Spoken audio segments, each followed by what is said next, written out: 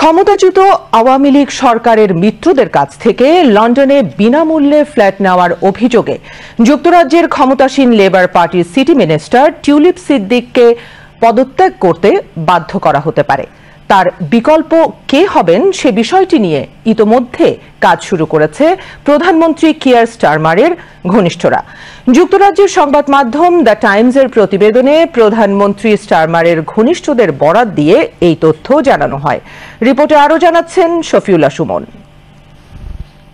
যুক্তরাজ্যের ক্ষমতাসীন লেবার পার্টির সিটি মিনিস্টার টিউলিপ সিদ্দিক। যুক্তরাজ্যের দুর্নীতি বিরোধী নীতি প্রণয়ন ও বাস্তবায়নের দায়িত্বে থাকা টিউলিপ নিজেই জড়ালেন দুর্নীতিতে। বাংলাদেশের ক্ষমতাচ্যুত আওয়ামী লীগ সরকারের মিত্রদের কাছ থেকে লন্ডনে বিনামূল্যে ফ্ল্যাট নেওয়ার অভিযোগের সত্যতাও মেলে তার বিরুদ্ধে। এমনই তথ্য উঠে আসে যুক্তরাজ্য ভিত্তিক গণমাধ্যম দ্য টাইমসে। আর তাই টিউলিপকে তার পদ থেকে পদত্যাগ করার কার্যক্রম হাতে নিয়েছে প্রধানমন্ত্রী কিয়ার স্টারমারের ঘনিষ্ঠরা।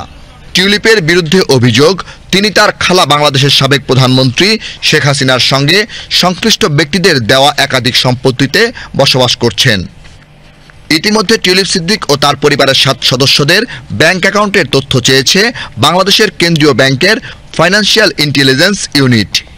পাশাপাশি রুশ অর্থায়নে রূপপুর পারমাণবিক বিদ্যুৎ কেন্দ্র নির্মাণ চুক্তিতে দুর্নীতির অভিযোগে টিউলিপ সিদ্দিকির বিরুদ্ধে তদন্ত চালাচ্ছে দুর্নীতি দমন কমিশন দুদক। Shafiullah Sumon, international desk, BTV news.